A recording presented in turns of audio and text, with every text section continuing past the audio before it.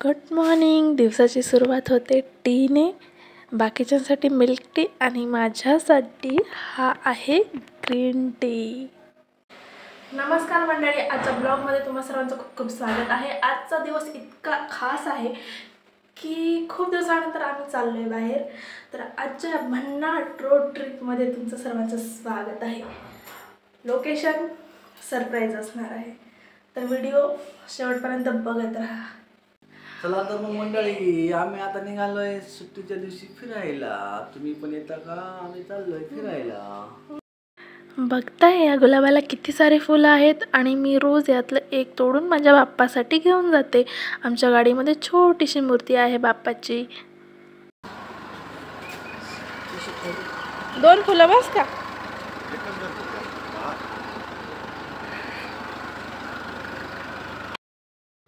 आता मी बसणार कारमध्ये आणि म्हणणार चलो, आणि आमची गाडी सुरू होईल.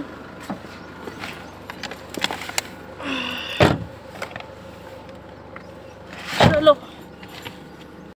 तर अशा प्रकारे आम्ही प्रवासाला सुरुवात केलेली आहे, पण पाऊस मात्र घरातून निघाल्यापासून सुरूच आहे. तर बघूया पुढची ट्रिप कशी होते. थोड्या गोष्टी अशा ॲडजस्ट करावं लागतं. हे सगळ्या गोष्टी चिकण्या नाही भेटणार. थोडे खड्डे अडी अडचणी अडथळे येतात आता आयुष्यात. ही तर मजा असते रोड ट्रिपची. बडे शहरों में छोटी चीजें होती रहती. अशा प्रकारे पावसाची मजा घेत घेत आम्ही निघालो. पण मला हा व्ह्यू नव्हता बघायचा, मला तो व्ह्यू बघायचा होता जो बघण्यासाठी आम्ही निघालो आहोत. कामात काम, रोड ट्रिप पण होऊन जाईल. तर आत्ता आम्ही आहे दिंडोरीमध्ये. दिंडोरी सोडल्यानंतर काही अंतरावर लागतं ओझरखेड धरण, आणि पावसाचं कहर तर तुम्हाला माहितीच आहे. तर या प्रचंड झालेल्या पावसामुळे धरण इतकं टम्म भरलेलं आहे, पूर्ण ओव्हरफ्लो. धरणामध्ये प्रचंड प्रमाणात पाणीसाठा झालेला आहे आणि ते ओव्हरफ्लो झालेले तुम्ही बघू शकता. भयानक व्ह्यू आहे.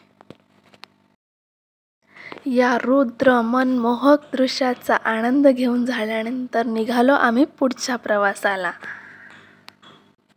धरणाच्या पुढे गेल्यानंतर जो रोड आहे, दोन्ही साईडला एकदम गर्द झाडी तुम्ही बघू शकता. इतका सुंदर रोड आहे, आणि गाडी जेव्हा पुढे पुढे जात असते, झाडं मागे मागे जातात. खूप छान फिलिंग असतं ते. खूप सुंदर व्ह्यू आहे इथला.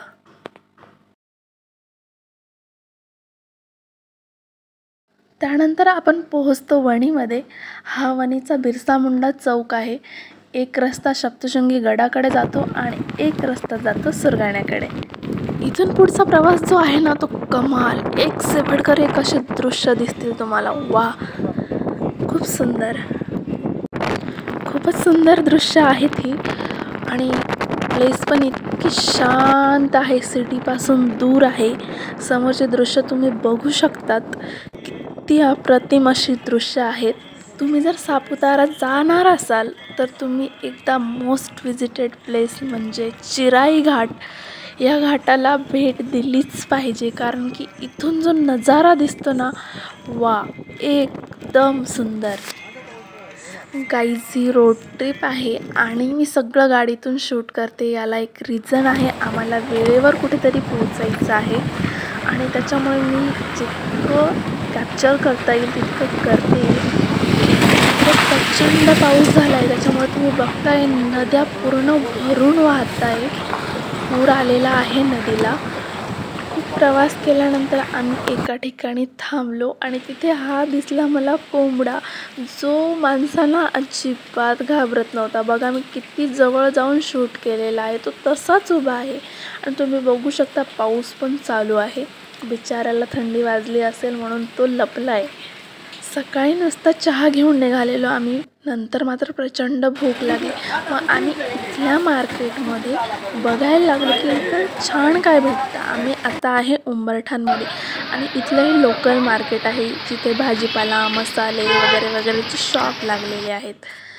सो हे पण एन्जॉय केलं पाहिजे. तुम्ही जिथं पण जाताय तिथलं लोकल मार्केट एक्सप्लोअर करा. तुम्ही बघू शकता इथे प्रचंड प्रमाणात पाऊस होतो आहे आणि मी मोबाईल घेऊन शूट करते. येणारे जाणारे लोक माझ्याकडे बघताय, पण अरे मला फुटेज हवं आहे. सो मी शूट करणार. इतकी छान स्माईल दिल्यानंतर मी अपसेट होणार आहे कोणाला माहिती होतं. कारण की झालं असं, इतकं छान सगळं कॅप्चर करते मी. आमचं ठरलं होतं की आपण रिटर्न येताना थांबणार आहे, थांबून शूट करणार आहे, फोटोज काढणार आहे. पण झालं असं की माझा फोनच बंद झाला, माझ्या मोबाईलमध्ये पाणी गेलं होतं आणि इतकं टेन्शन आलं मला की काय करू काही कळेना. आणि हे तर माहिती होतं की आपण नवीन मोबाईल नाही घेऊ शकत आहे या कंडिशनला. सो न थांबता आम्ही पटकन घरी आलो.